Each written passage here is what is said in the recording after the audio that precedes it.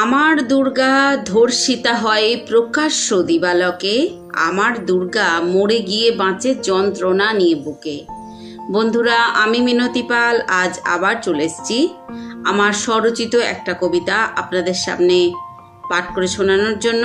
অনেক দিন আগেও আমি এই ভিডিওগুলো আপলোড দিয়েছি, কিন্তু এখন যা বর্তমান পরিস্থিতি, যেখানে একটা শিশু, একটা 12 বছরের শিশু এত পৈশাচিক আক্রমণাত্মক ঘটনার মুখোমুখি হয়েছে, জীবন দিয়েছে, হিংসাত্মক ঘটনার, আরও অন্যান্য জায়গায় যেসব ঘটনা আমাদের চোখের সামনে ভেসে উঠছে, তো আমার কবিতার এই লাইনগুলো যেন কাকতালীয়ভাবে মিলে যাচ্ছে। তাই আজ আমি আবার চলে এসেছি সেই সব নির্যাতিতাদের হয়ে প্রতিবাদ জানাতে। আমার এই লেখাটিকে আবার বেছে নিয়েছি। আমি যে বিশাল বুদ্ধিমতী, বিশাল কিছু লিখতে পারি তা নয়, যেটুকু মনে আসে সেটুকুই লিখি। আর এগুলো মনে আসে কারণ আমরা কিছুই করতে পারি না। আমি একজন গৃহবধূ, তো আমার এই লেখাটায় আমার ভেতরের কান্না বা হাহাকার বা প্রতিবাদ, এই লেখাটায় যখন খুব কষ্ট হয় তখন হাতে পেন নিয়ে নিজের কষ্টটা উগরে দিই আমার ডায়েরির পাতায়, আর সেটাই হচ্ছে আমার লেখা। আমার কষ্ট, আমার ভালো লাগা, আমার মনের যে ইচ্ছা, সেগুলোই হচ্ছে আমার এক একটা লেখনী।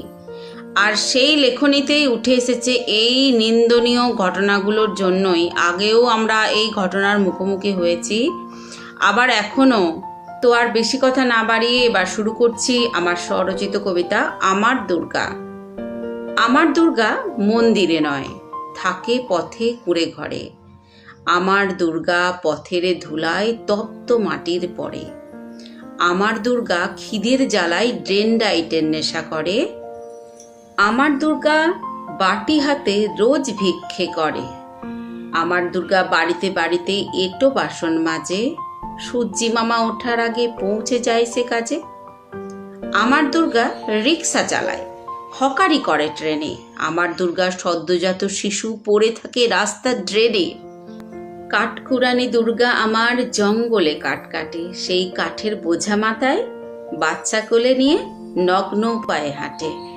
মেথরানের বেশে আমার দুর্গা পায়খানা পরিষ্কার করে। আমার দুর্গা ঝাড়ুদার নিয়েও রাস্তাঘাট পরিষ্কারও করে।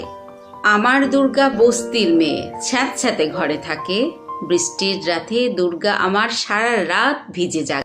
অস্বাস্থ্যকর পরিবেশে রোজ অপুষ্টি আর অনাহারে, শ্বাসকষ্ট আর বিনা চিকিৎসায় প্রতিনিয়তই মরে।